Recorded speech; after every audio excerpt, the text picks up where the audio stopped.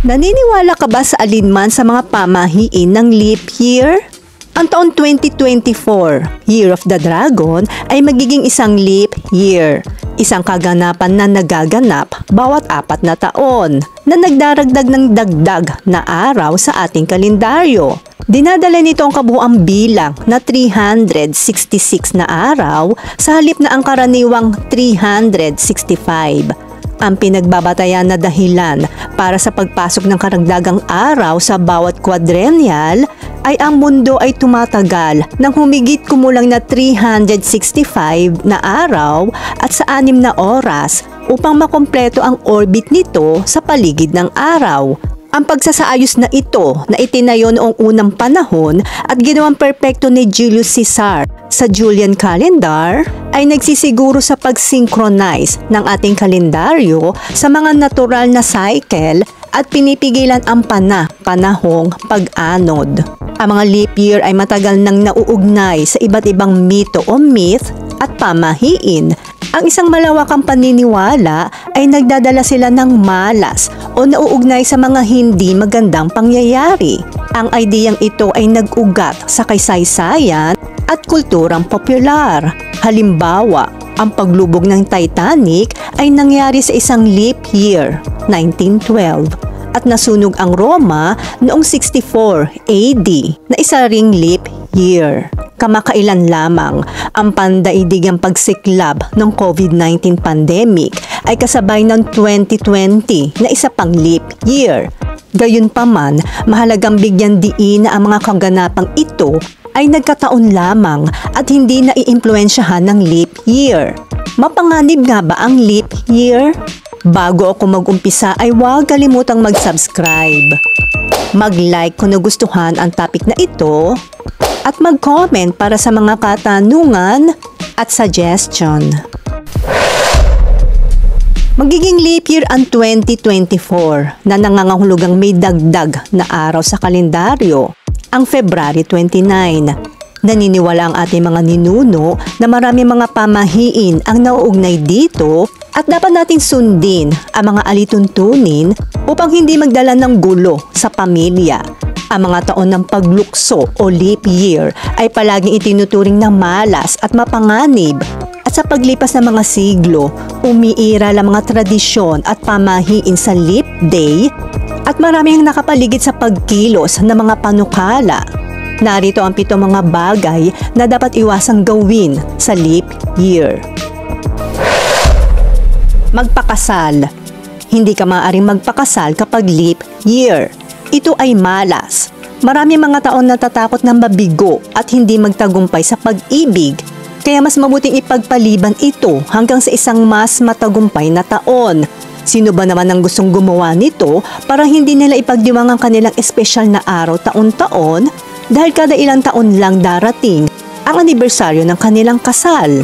Ayon sa mga paniniwala, ang pag-aasawa sa panahong ito ay magdadala ng mga kaguluhan, kasawian, pag-aaway at ang mag-asawa ay mabilis na maghiwalay at magdiborsyo. Naniniwala ang mga Griego at Italiano na ang pag-aasawa sa leap year ay hahantong sa malas na ang mag-asawang naghihiwalay sa isang taon ng paglukso o leap year ay hindi na muling makakahanap ng kaligayahan. Hindi ka na makakahanap ng pag-ibig muli. Naniniwala mga Greek na karamihan sa mga kasal na nagdiriwang ng anibersaryo ay hahantong sa diborsyo. Ngunit ayon sa paniniwalang Chino, ang 2024 ay ang pinakamaswerteng taon para magpakasal. Una, ang 2024, 2 plus 0 plus 2 plus 4 ay nagdaragdag ng hanggang 8. Isang numero na sumasagisag sa walang katapusang pagmamahalan ng mag-asawa. Pangalawa, ang 2024 ay isang leap year na itinuturing na masagana para sa mga mag-asawang nagsasama. Ang Agosto 8 ang pinakamaswerteng araw para ikasal, hindi lamang sa 2024, kundi bawat taon. Sinasabi ng alamat ng Asya na ang numero 8 ay kumakatawan sa kawalang hanggan at kapag inilapat sa mga pag-aasawa, ito ay kumakatawan sa walang katapusang pag-ibig sa pagitan ng mga mag-asawa. Dahil ang Agosto ay ang ika-8 buwan ng taon, Ang 8 ay may dobleng kahulugan at ang epekto nito ay tumataas. Gayunpaman, kung ang Agosto 8 ay hindi magbunga dahil sa ilang issue, huwag mag-alala. Maaari ka pa rin magpatuloy sa ika-8 araw ng anumang buwan. Ipagdiwang ang iyong kaarawan ng mas maaga. Sa loob ng maraming siglo, naniniwala ang mga astrologo na ang mga batang isinilang sa araw ng paglukso o leap year ay may kakaibang talento, natatanging personalidad at maging mga espesyal na kapangyarihan. Kaya magbabad sa swerte kung ikaw ay isang baby leaper. Kung isa ka sa mga leapers, ipagdiwang mo ang iyong kaarawan alinman sa February 28 o March 1. O huwag ipagdiwang ito. Sa taong ito, dapat mong ipagdiwang iyong kaarawan sa February 29 lamang. Kung hindi, may masamang mangyayari sa taong ito. Muli, ito ay isa pang pamahiin, ngunit mas mabuti na maging ligtas kaysa magsisi. Naniniwala ang pamahiin ng Scottish na ang panganganak ng February 29 ay malas. Ang araw ay inihahambing sa Friday the 13th na nakikita rin bilang isang malas na araw. Gayun din, ang ilang mga taga-Scotland ay naniniwala na kung ikaw ay ipinanganak na isang paglukso, ang iyong buhay ay puno ng patuloy na pagdurusa at sakit. Maaari maging malas para sa ilan na ang mga kaarawan ay hindi kinikilala ng mga computer system. Napakalaking pagkakataon, ngunit otomatikong ikaw ay nasa Honor Society of Leap Year Day, Babies Club. Magbuntis. Sabi nila, mahirap palakihin ang mga batang ipinanganak o ipinaglihi sa leap year. Bukod dito, sila ay madaling kapitan ng hindi kilala at malubhang sakit at sa pangkalahatan ay hindi pinalad. Kung ito ay mangyari, ang sanggol ay dapat mabinyagan sa lalong madaling panahon. Ngunit naniniwala mga astrologo na ang mga pinanganak sa ilalim ng zodiac sign na Pisces at natapat na February 29 ay binibigyan ng talento at magandang itsura. Magmungkahi. Ang leap day ay kilalang Ladies' Day o Ladies' Privilege dahil ito ay isang araw kung kailan malayang mag-propose ang mga babae sa mga lalaki. Sa iba't ibang bansa sa mundo, pinaniniwalaan na kung ang babae ay gumawa ng isang panukala sa kasal sa kanyang napili, hindi niya ito maaaring tanggihan. Kaya naman madalas nagpapakasal ang mga kabataan na walang mutual feelings. Ito ay pinaniniwalaan na ipinakilala upang balansihin ang mga tradisyonal na tungkulin ng kalalakihan at kababaihan sa katulad na paraan kung paano binabalansin ng leap day ang kalendaryo. Sa February 29 lamang, maaaring hilingin ng mga babae sa kanilang mga mahal sa buhay na pakasalan sila.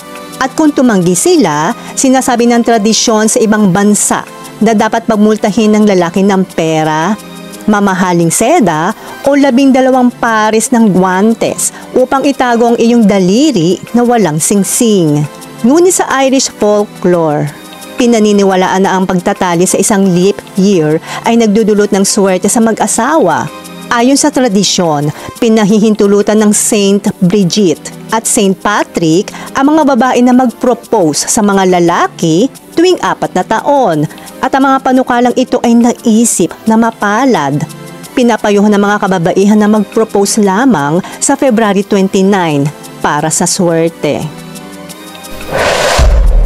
Magsimula ng bagong negosyo at proyekto.